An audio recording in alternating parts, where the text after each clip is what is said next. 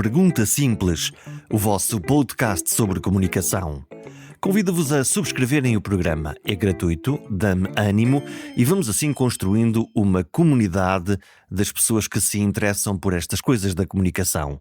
A subscrição pode ser feita no Apple Podcasts, no Spotify ou mesmo diretamente na página perguntasimples.com. Todos os comentários são muito bem-vindos. Esta é a 26ª edição do Pergunta Simples e vamos contar uma história com imagens.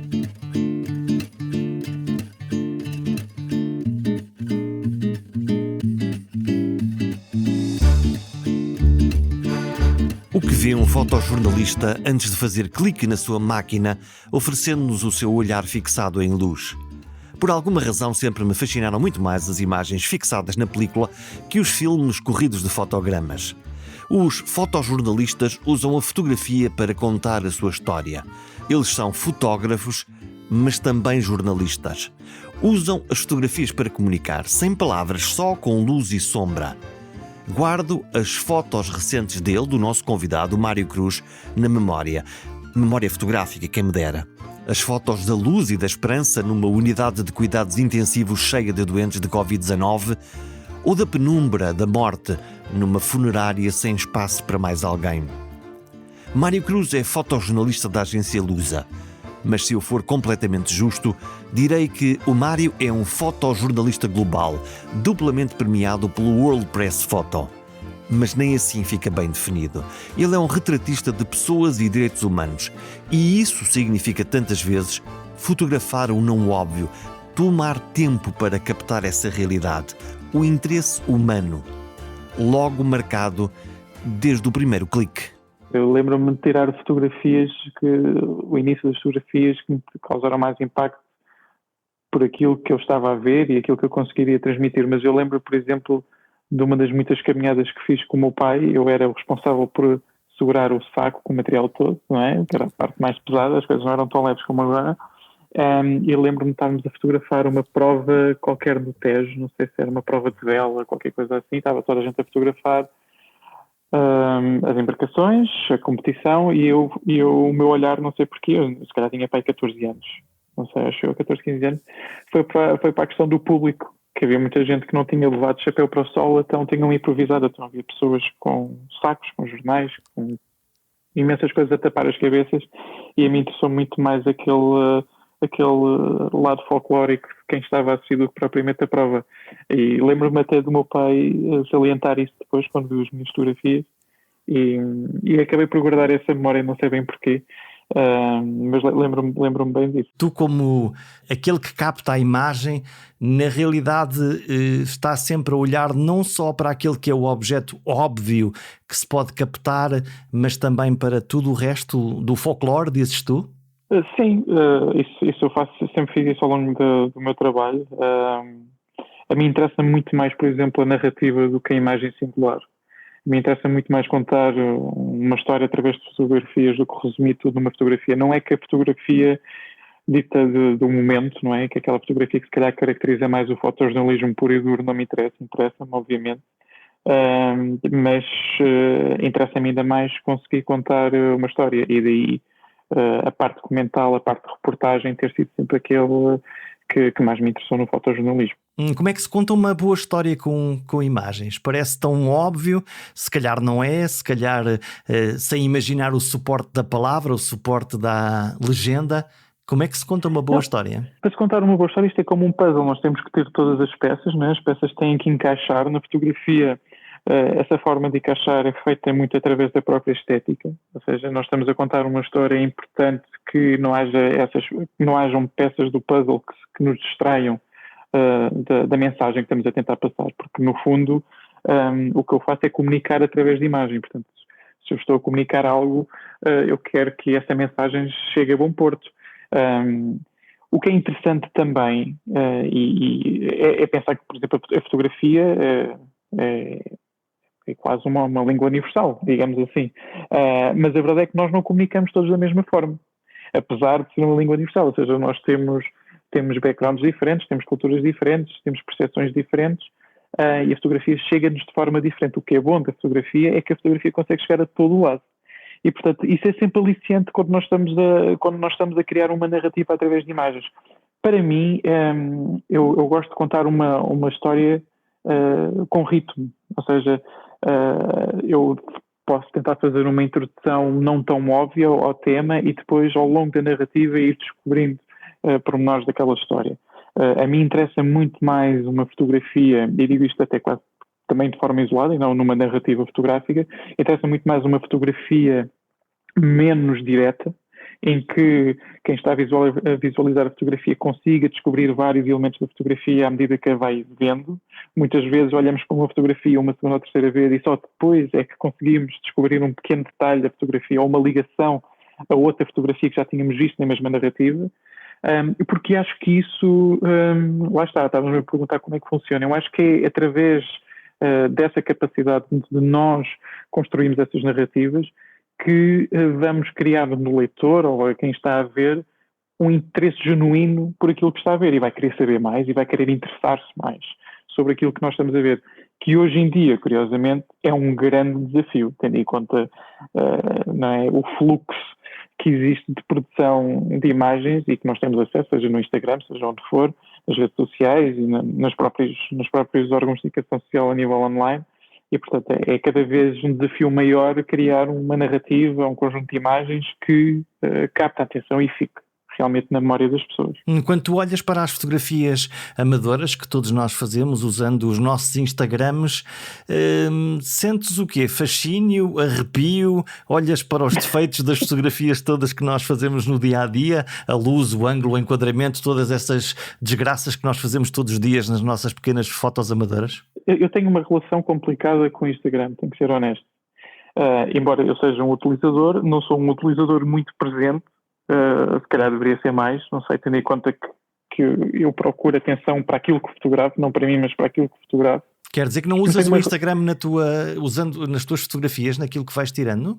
Não, uso, mas não uso com muita frequência. Para quem é fotógrafo, se calhar, normalmente utilizaria mais. Mas tenho um conflito com a ferramenta do Instagram, porque o Instagram, no fundo, é um aglomerado. E como qualquer aglomerado, que não é bem coordenado, pode se tornar assim um bocado confuso e a mim faz-me um bocado de confusão, de facto, ver, por exemplo, o meu trabalho, até mais pessoal, não propriamente o trabalho que faço na Lusa, mas o meu trabalho pessoal misturado com pratos de comida e com fotografias de gatos e portanto, e na verdade, nós todos estamos a consumir fotografia dessa forma, o que, na minha ótica, desvaloriza um bocado a fotografia.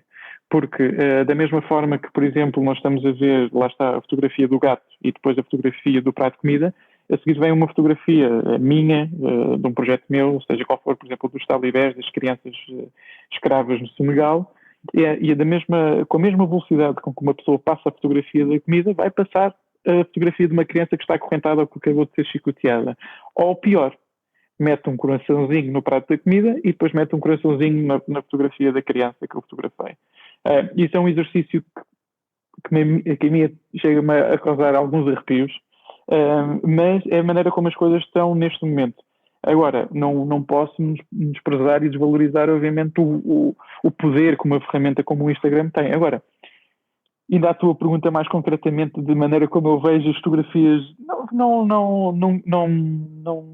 sei explicar, mas não existe sequer essa crítica ou essa vontade ou esse interesse em curiosamente, às vezes, essas fotografias fazem-me sentir bem.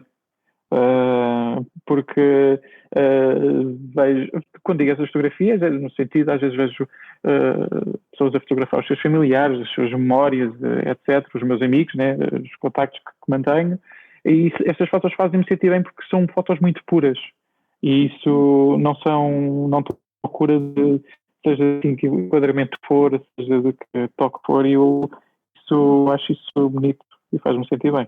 O que significa que tu preferirias um Instagram que tivesse uma curadoria, uma espécie de editorialização onde se pudesse separar, escolher ou pelo menos apontar-nos o caminho entre o que é que são fotos mais significativas, essas dos nossos amigos próximos ou mais relevantes versus o gatinho que toca piano, um clássico das redes sociais?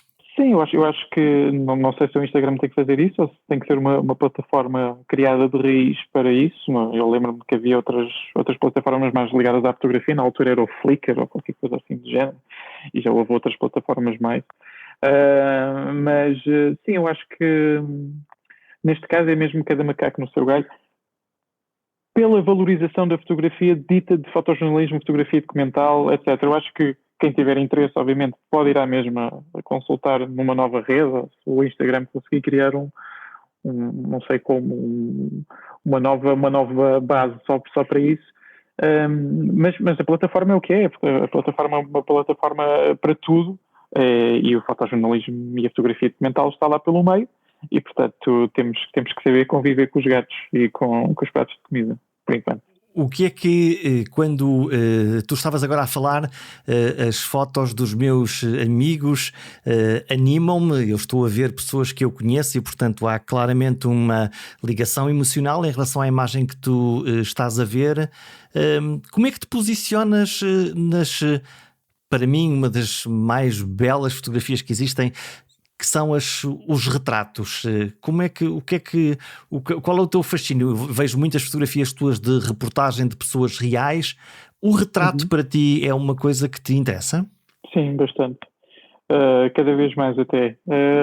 O retrato, eu estou cada vez mais a incluí-lo nas narrativas. O retrato eu incluo nas narrativas com pontos de paragem.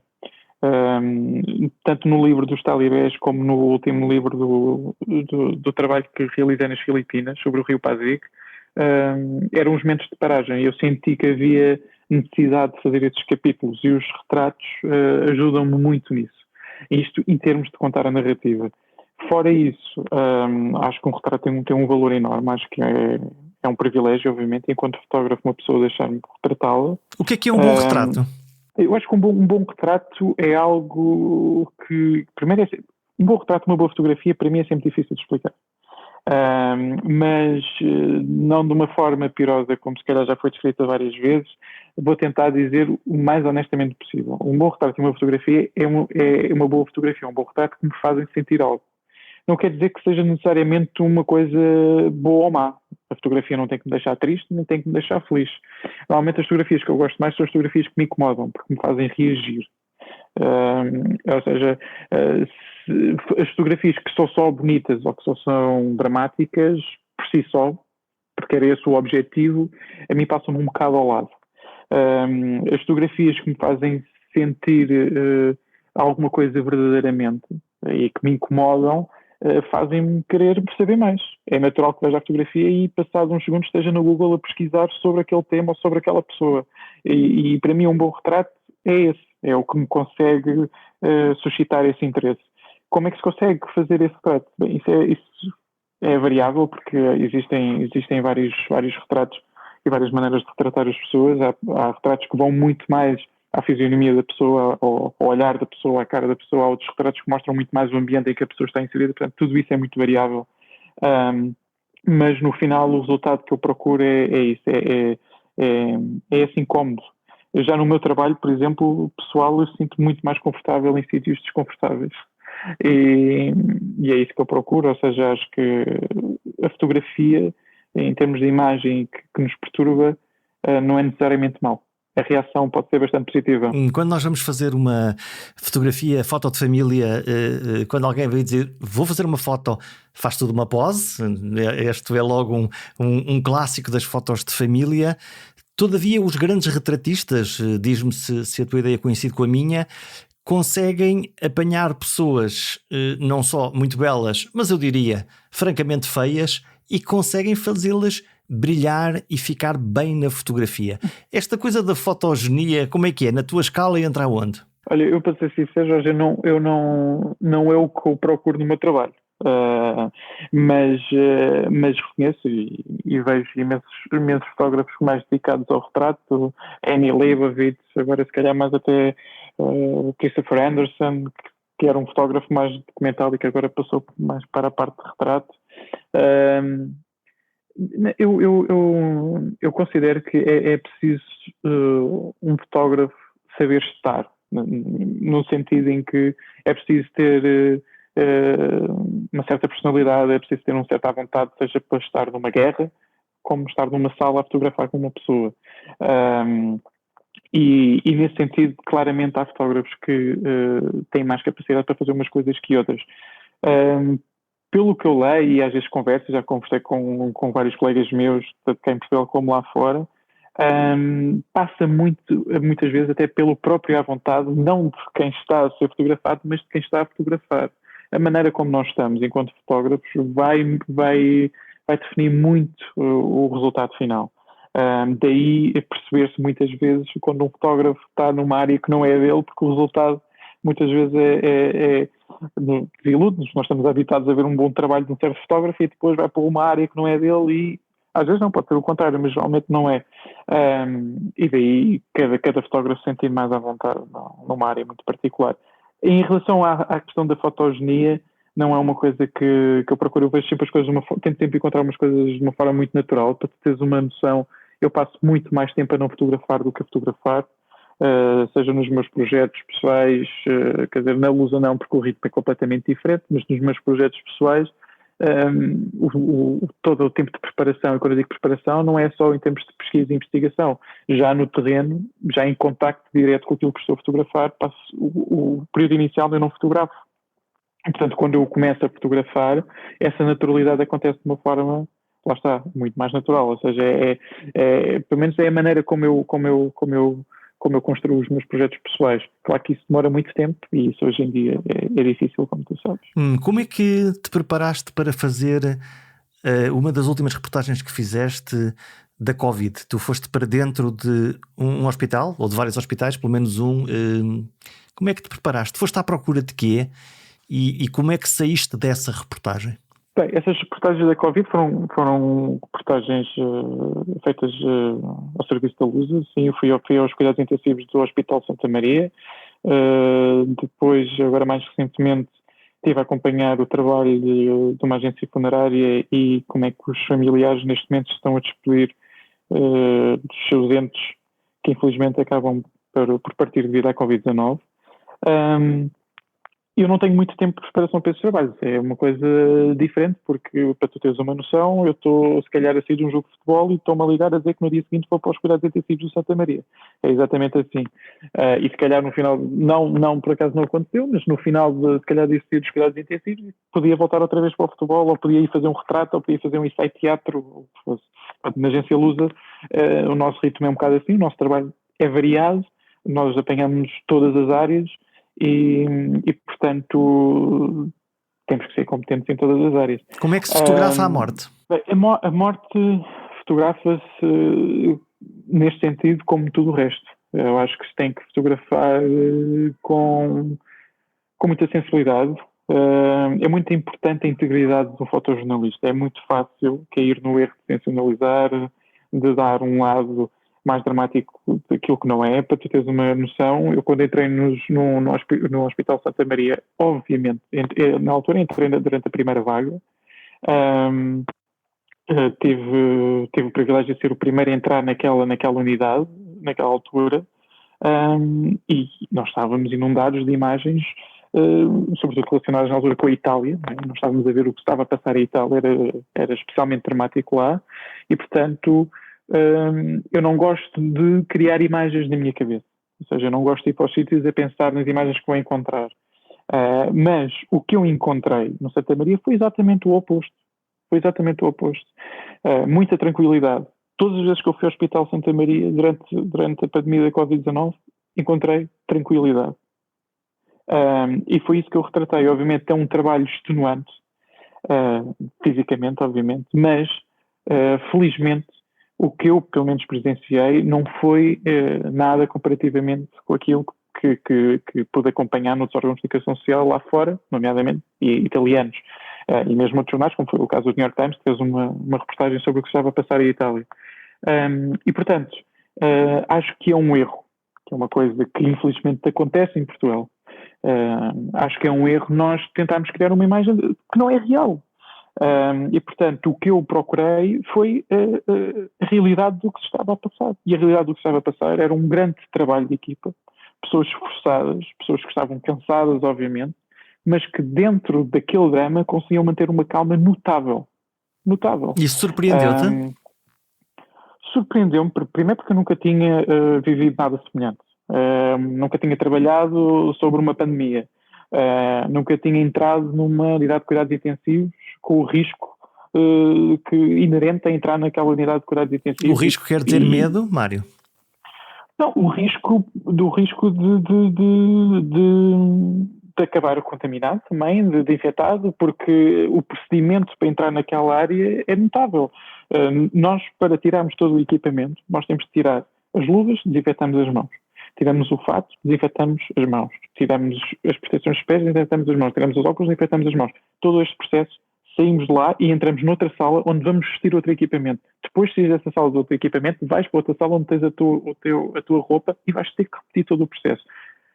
Em cada salto tu corres um risco porque estás ao pé de locais onde existem muitas pessoas infectadas, onde muitas vezes o cansaço, que é normal, leva a pequenos descuidos, embora isso nunca estivesse presente na minha cabeça, para ser sincero, mas obviamente que é uma realidade.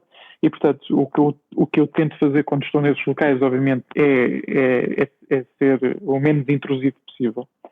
É muito importante para mim não perturbar o que estou a fotografar. Ou seja, eu não quero passar a ser um elemento que faz parte daquele ambiente. É difícil, obviamente, porque eu estou lá, mas eu tento que a minha presença seja o menos notada possível. E foi isso que eu tentei transmitir, foi essa calma, foi esse espírito de equipa, e acho que eu consegui fazer. Se calhar foi uma surpresa para as pessoas que viram o trabalho até foi publicado no Público na altura, mas foi isso. Muitas pessoas perguntavam, então onde é que estava a marca das máscaras dos enfermeiros? Eu não tenho que estar à procura de uma coisa forçada. Obviamente quem usa uma máscara durante horas vai ficar com a máscara marcada na cara. O que é que isso vai dizer da realidade de Covid? Vai dizer que os nossos hospitais estão a implodir, que não estamos a dar uma resposta necessária às pessoas? Não, vai dizer que é natural que uma pessoa que usa uma máscara... Portanto, nós temos sempre, no jornalismo, nós temos que ser muito honestos com o que se está a passar. A Covid-19, em especial, se me permite, se calhar já me estou a alongar um bocado, mas a Covid-19, neste caso em Portugal, acho que nos trouxe bons e muitos maus exemplos do que se deve fazer no jornalismo. Eu nunca vi, por exemplo, tantos fotógrafos a atirarem em hospitais, nunca vi tantos fotojornalistas a aparecerem, de repente, interessados em documentar esta realidade. Curiosamente, não os vi interessados em documentar a nossa crise quando estava cá a Troika e com tanto desemprego e com tantas famílias a perder tudo o que tinham. Ou seja, isto também veio trazer o quê? Veio trazer, o que para mim não é propriamente uma surpresa, mas desilude-me, veio trazer muitas vezes o que cada vez mais está associado à fotografia, que é a popularidade. E a popularidade vem muito através daquilo que nós estávamos a falar há bocado, que são as redes sociais, percebes? Não é tanto o trabalho, não é? É o fotógrafo. Não é propriamente o que se fotografou, é o fotógrafo que está todo equipado e vai entrar e é um corajoso e fez isto e é uma peça fundamental, etc, etc. Qualquer fotógrafo, qualquer pessoa que tenha que justificar o seu trabalho, fale mais dela do que o próprio tema fotografou, para mim não tem muito interesse. E acho que nisto da Covid-19 precisamos de fazer um bocado de travão e pensar no que estamos a fazer. Existem realmente problemas muito sérios relacionados com a Covid-19, problemas sociais. E tenho a certeza que daqui por uns tempos ainda virão problemas mais graves e espero aí sim que haja interesse em documentar o que se vai passar e o que se está a passar, porque isso é realmente importante mostrar, porque a fotografia tem de estar sobretudo nos sítios onde os outros não estão. A fotografia que consegue ser prova e consegue, no fundo, iluminar algo que está na escuridão é a fotografia que para mim tem mais valor em termos jornalísticos. Não o contrário. Tu desceste ao piso mais baixo do Hospital de Santa Maria para fotografar a morte, para fotografar pessoas que não sobreviveram ao Covid. Foi no Santa Maria? Não, isso eu fotografei uma agência funerária que já não tem mais espaço para guardar os corpos. porque neste momento uma pessoa que morra tem que esperar alguns dias, não é, até a cerimónia fúnebre, e portanto tive a oportunidade de testemunhar isso, como é que se consegue gerir isso, como é que se consegue gerir também a frieza da despedida. Nunca pensei que fosse fotografar uma pessoa a despedir-se do seu familiar através de uma videochamada, como nós estamos a fazer.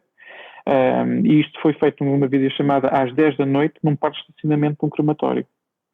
Porque os poucos familiares que estavam lá, eram 4 ou 5, não podiam entrar no crematório, porque não é permitido. Portanto, a carrinha funerária parou no parque de estacionamento, abriram a porta traseira e contemplaram o caixão por uns minutos. A pessoa responsável pela agência funerária fez uma videochamada para a mulher dessa pessoa que infelizmente faleceu. Essa mulher também estava infectada com Covid-19, portanto nem sequer conseguiu ir ao parque de estacionamento, e foi esta a despedida, à chuva à noite às 22 horas, num parque de estacionamento. E foi isso, que foi esse o lado da morte relacionada com a Covid que eu fotografei.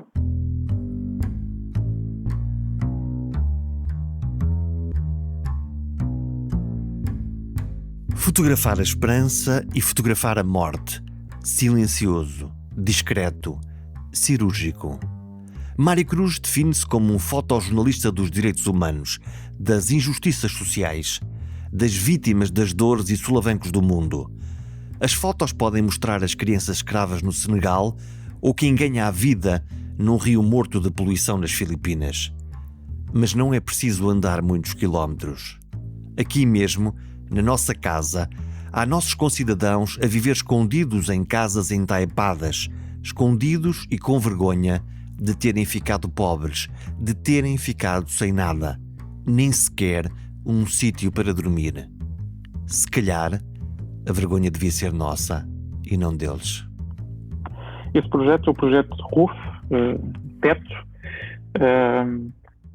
É um projeto em aberto. É um projeto que eu iniciei, lá está, na altura da crise de 2011, né? Quando a Troika nos começou a visitar com muita regularidade.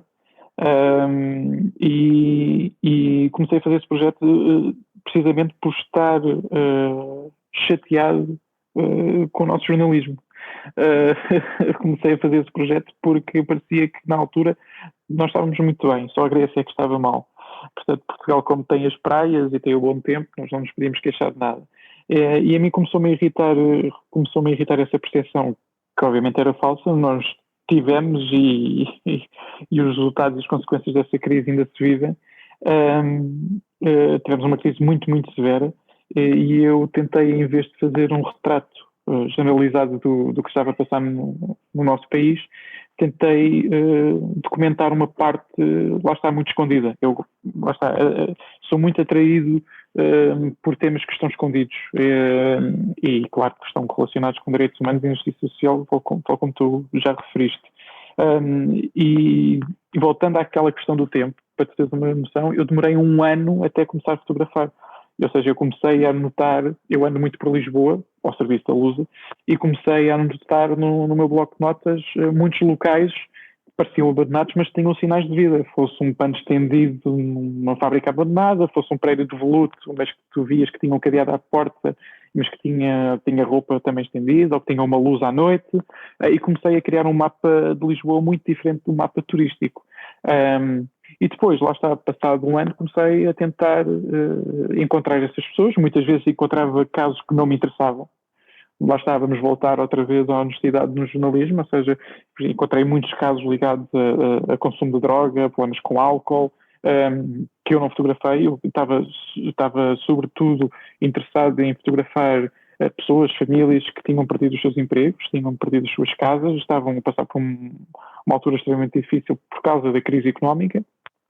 Obviamente, é muito difícil entrar na vida destas pessoas.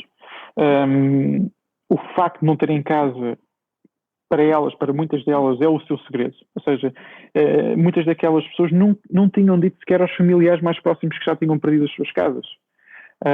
E, portanto, o facto de eu estar a fotografá-las, elas sabem que eu vou expor a realidade das suas vidas. Portanto, como é que as convenceste? Eu sou muito franco, eu sou muito honesto, eu digo qual é o objetivo do trabalho. O objetivo do trabalho é precisamente expor a dificuldade que elas estão a passar. Há várias maneiras de o fazer e eu tento sempre fazer da forma menos sensacionalista, da forma menos direta. Lá está. Eu quero que quem veja as fotografias, que queira saber o que se está a passar, interesse e, em última análise, porque já me aconteceu várias vezes, felizmente, as pessoas intervenham. E portanto é isso que eu espero, é isso que eu digo às pessoas que estou a fotografar. Obviamente que há pessoas que não aceitam ser fotografadas, o que eu compreendo perfeitamente. Não é por isso que deixo de falar com elas, muitas vezes continuei a visitá-las quando tinha tempo e falava com elas, porque mesmo não fotografando interessava-me ouvir as histórias delas e escrever o que elas me diziam. E fui fazendo o trabalho dessa forma.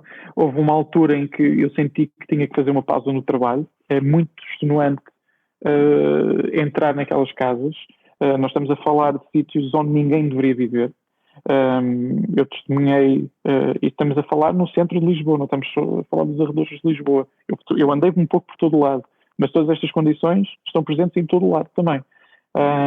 Assisti a famílias a dormir em casas abandonadas onde haviam mais ratazanas do que pessoas. Era horrível, não tinham praticamente nada do que comer. Era uma mãe que estava a tentar lutar para manter o seu emprego, mas que não podia dar uma morada porque não tinha uma morada. Eram pessoas que queriam se candidatar a um emprego, mas não tinham uma morada, então tinham que dar a morada do café. Mas depois, para ter os papéis para pedir apoios, tinham que apanhar o autocarro, não tinham dinheiro para apanhar o autocarro. E portanto são situações muito complicadas e, para além disso, é uma realidade ainda mais complicada, porque na verdade estas pessoas são sem abrigo, mas não entram nas estatísticas dos sem abrigo porque não estão na rua. Estas pessoas escondem-se em Lisboa. E portanto foi um trabalho que ainda não acabou e eu não sei como é que eu irei acabar, porque os meus projetos não costumam ser assim. Este é o único projeto que tem sido desenvolvido parte a parte. Eu, por exemplo, em 2020 eu não fotografei para o RUF, por exemplo.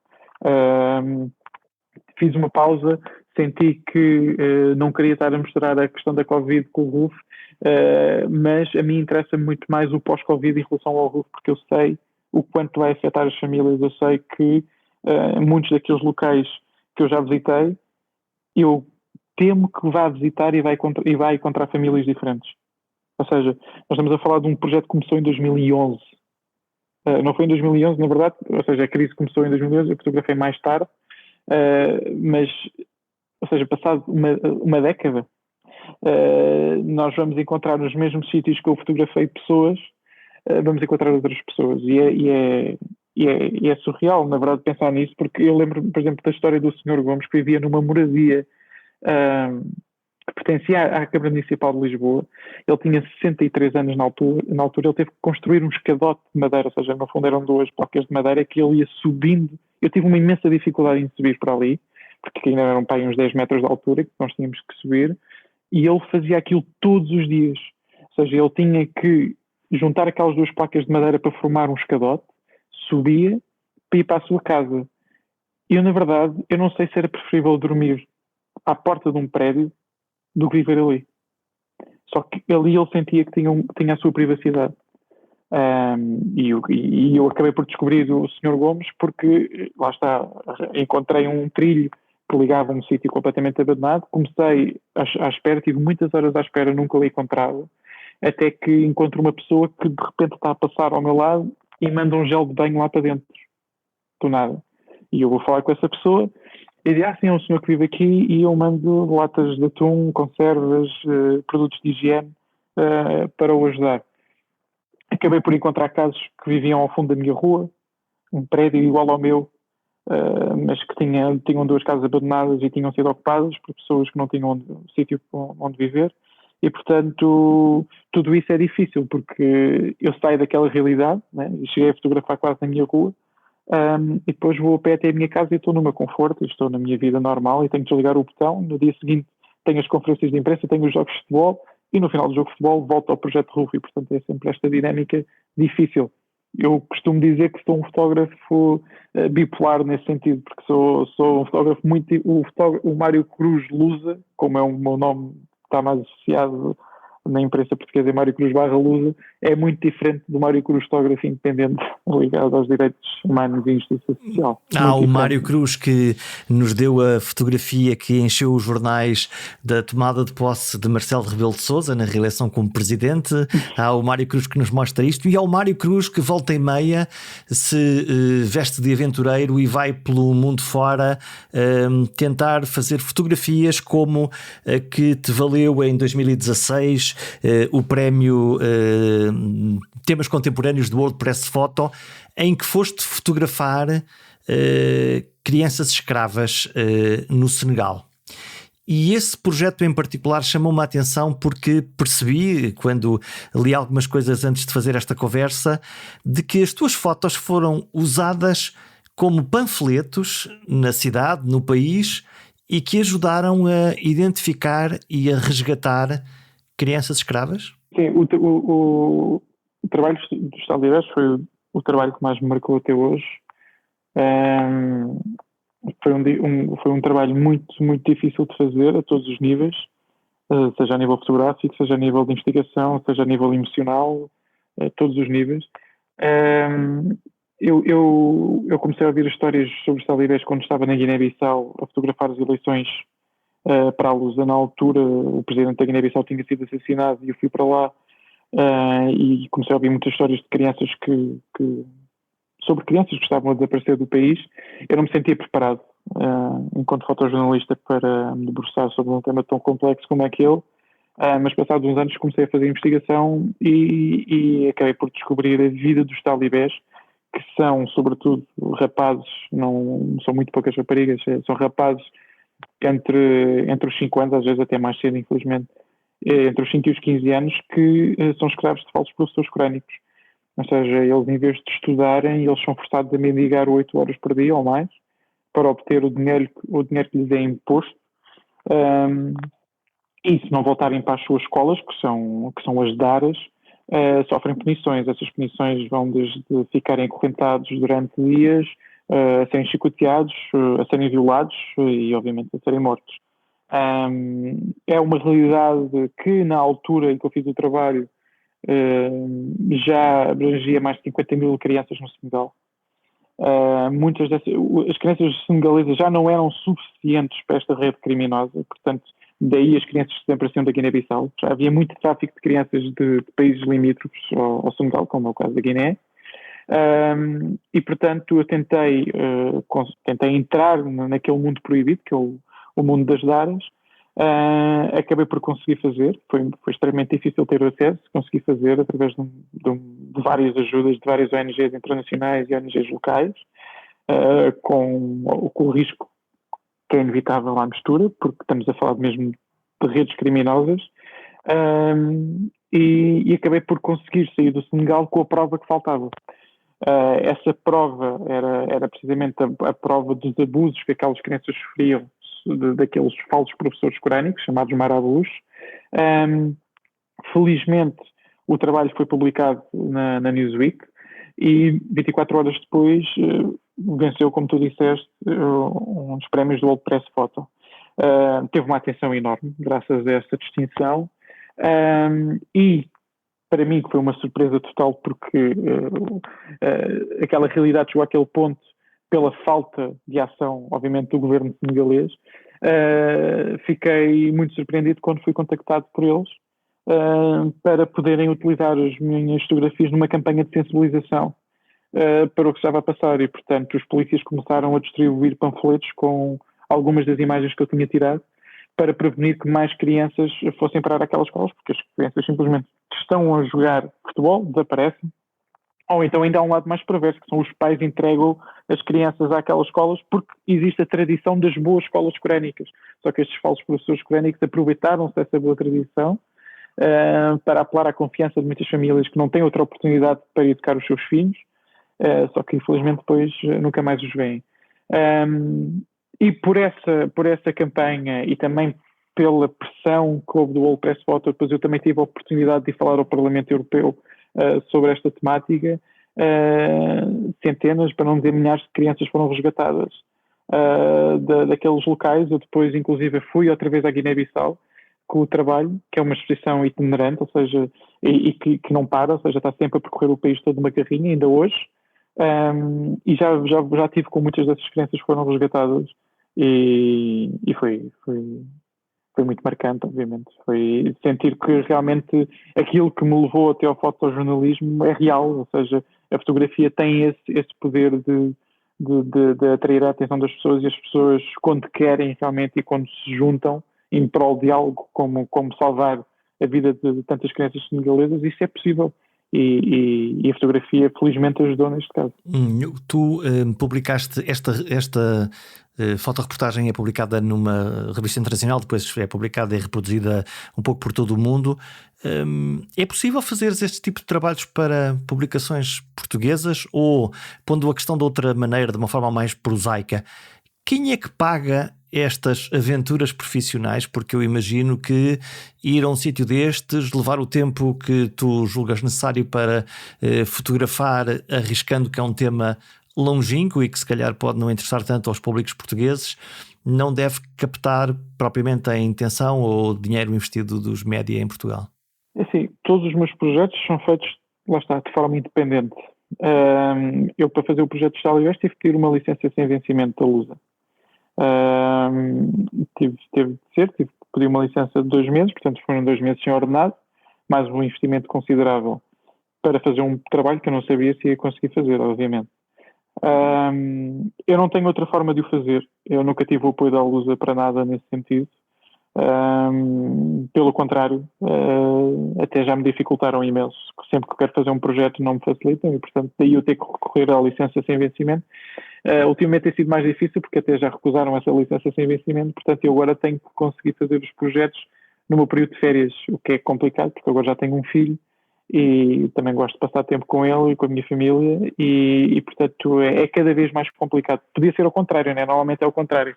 Uma pessoa consegue ter algum sucesso num trabalho ou num projeto, e as coisas facilitam. Mas não, comigo tem sido o contrário. Em relação ao interesse do que pode haver em Portugal, eu acho que o público português devia ter todo o interesse em saber o que está a passar com as crianças senegalesas, sobretudo tendo em conta que muitas das crianças que estão no Senegal são da Guiné-Bissau, um país que fala a nossa língua e que pertence à CPLP, uma comunidade a que nós pertencemos e que nos deveria orgulhar, mas que muitas vezes tem muitas falhas também, obviamente. Mas acho que devia ter todo o interesse do público português, e acho que os órgãos de comunicação social, inclusive a Lusa, deveria fazer projetos com esta dimensão e com este tempo e com este investimento. Há projetos que é preciso investir um pouco mais de dinheiro, há outros que não é preciso investir tanto dinheiro, mas há uma coisa que é preciso investir para fazer bom jornalismo, que é tempo. Este tempo é precioso, mas eu acho que é fundamental. Uma das coisas que eu percebi com estes projetos é que realmente o público, os portugueses, têm o mesmo interesse. O livro dos Talibés foi criado através de uma campanha de crowdfunding, em que 90% eram portugueses. O último livro do Living Among Us Left Behind, que é das Filipinas, um livro de fotografia, esgotou em 2 dias. Teve 1000 pessoas na inauguração da exposição. Quer dizer que não estamos a encontrar os públicos? É isso que... Não, o que eu estou a dizer é que quem está à frente dos jornais não está a ver as coisas da forma que para mim parece óbvia, que é as pessoas querem conteúdos com valor, querem conteúdos bem feitos. As pessoas, por mais que queiram a atualidade, por mais que queiram ver amanhã no jornal aquilo que tu já viste hoje no Facebook 10 vezes, e as pessoas vão comprar o jornal para ler o que leram no Facebook 10 vezes, as pessoas também querem algo mais, com mais profundidade, coisas que não saibam, coisas que não sejam agora relacionadas com a Covid, não seja só Covid. Há muitos mais problemas, continuam a existir muitos mais problemas. E eu acho que as pessoas têm esse interesse. Não é por acaso que o New York Times agora acabou de anunciar o maior número de subscrições online. E o que é que eles fizeram? Investiram em reportagem, duplicaram o orçamento de reportagem, duplicaram o orçamento dos fotógrafos, fazem isso tudo porque sabem que existe interesse. Uma coisa é certa, os jornais portugueses, as revistas portuguesas, os órgãos de comunicação social portugueses não vão melhorar se não mudarem. Isso, se estão a fazer a mesma coisa, essa é a definição de loucura, não é? Tentar sempre fazer o mesmo e tentar obter um resultado diferente. É a minha ideia de que nos últimos anos aquilo que acontecia, que era bolsas de jornalistas, de fotojornalistas nas publicações eram robustas, com editorias, estou a lembrar-me do Público como uma imagem de marca em que Vicente Jorge Silva insistia, o seu olhar de cineasta também, de que a fotografia tinha um papel para contar uma história. Subitamente o que parece é que as redações ou as bolsas ou as editorias de fotojornalismo emagreceram fortemente nas publicações portuguesas, ou não? Emagreceram e de que maneira? Eu tenho muitos colegas meus que não têm uma oportunidade para trabalhar. Colegas que têm muita qualidade, colegas que têm muita vontade, mas que as portas foram-lhes fechadas e dificilmente serão abertas novamente. Eu acho que, mais do que isso, eu acho que as publicações, e não quero estar a ser demasiado crítico, porque falaste do Público, o Público realmente se calhar é uma publicação que ainda consegue manter um bocado isso, a par dos Expressos também, um pouco, mas as publicações perderam a sua identidade fotográfica.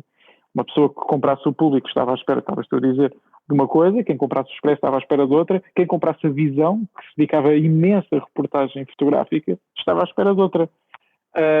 E o que vemos agora, e não é falar contra a agência por onde eu trabalho, porque acho que há espaço para tudo, o que nós vemos são jornais muito parecidos uns aos outros. Nós já vemos os jornais, e estás a falar da fotografia do Mário Cruz, do Marcelo Rebelo de Sousa na Noite Eleitoral. Não, por acaso não é um bom exemplo, porque estavam lá mais histórias, mas no dia-a-dia o que tu vais ver é Mário Cruz Lusa no Público, Mário Cruz Lusa no Diário de Notícias, no Expresso, no Observador, o que for, porque as relações, como tu dizes, estão magras. E nós podemos ver isso só do ponto de vista do desemprego, que já é suficientemente grave. Podemos também só ver isso da parte do desinvestimento, que também é suficientemente grave, mas nós estamos a falar de algo ainda pior, que é nós estamos a destruir as bases do jornalismo.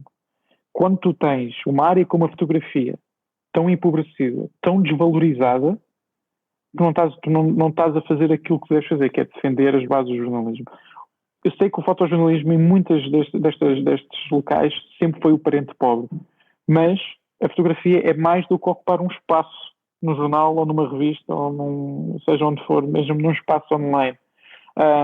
Eu espero que isso mude brevemente. Sou realista, acho que não vai mudar assim tão brevemente, mas também sou crítico para com os fotógrafos. Acho que nós temos que fazer mais.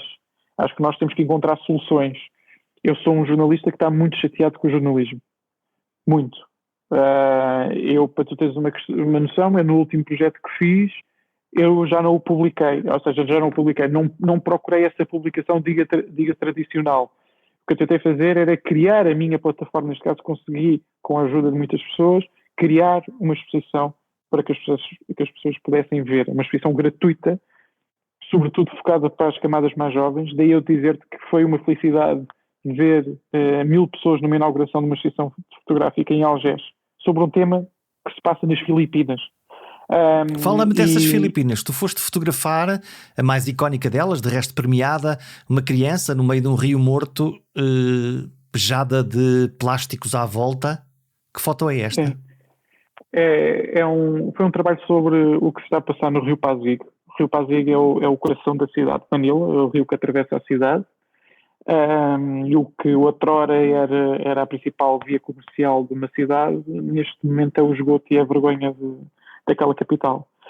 Nós estamos a falar de milhares de pessoas que vivem junto às margens do rio, que vivem nos teros, que são os estuários, ou seja, foram criados para impedir as cheias no centro da cidade, e a verdade é que, devido a essa localização muito central em Manila, muitas famílias extremamente pobres, níveis de pobreza que nós não temos em Portugal, felizmente, não viram outra solução a não ser viver naquelas condições.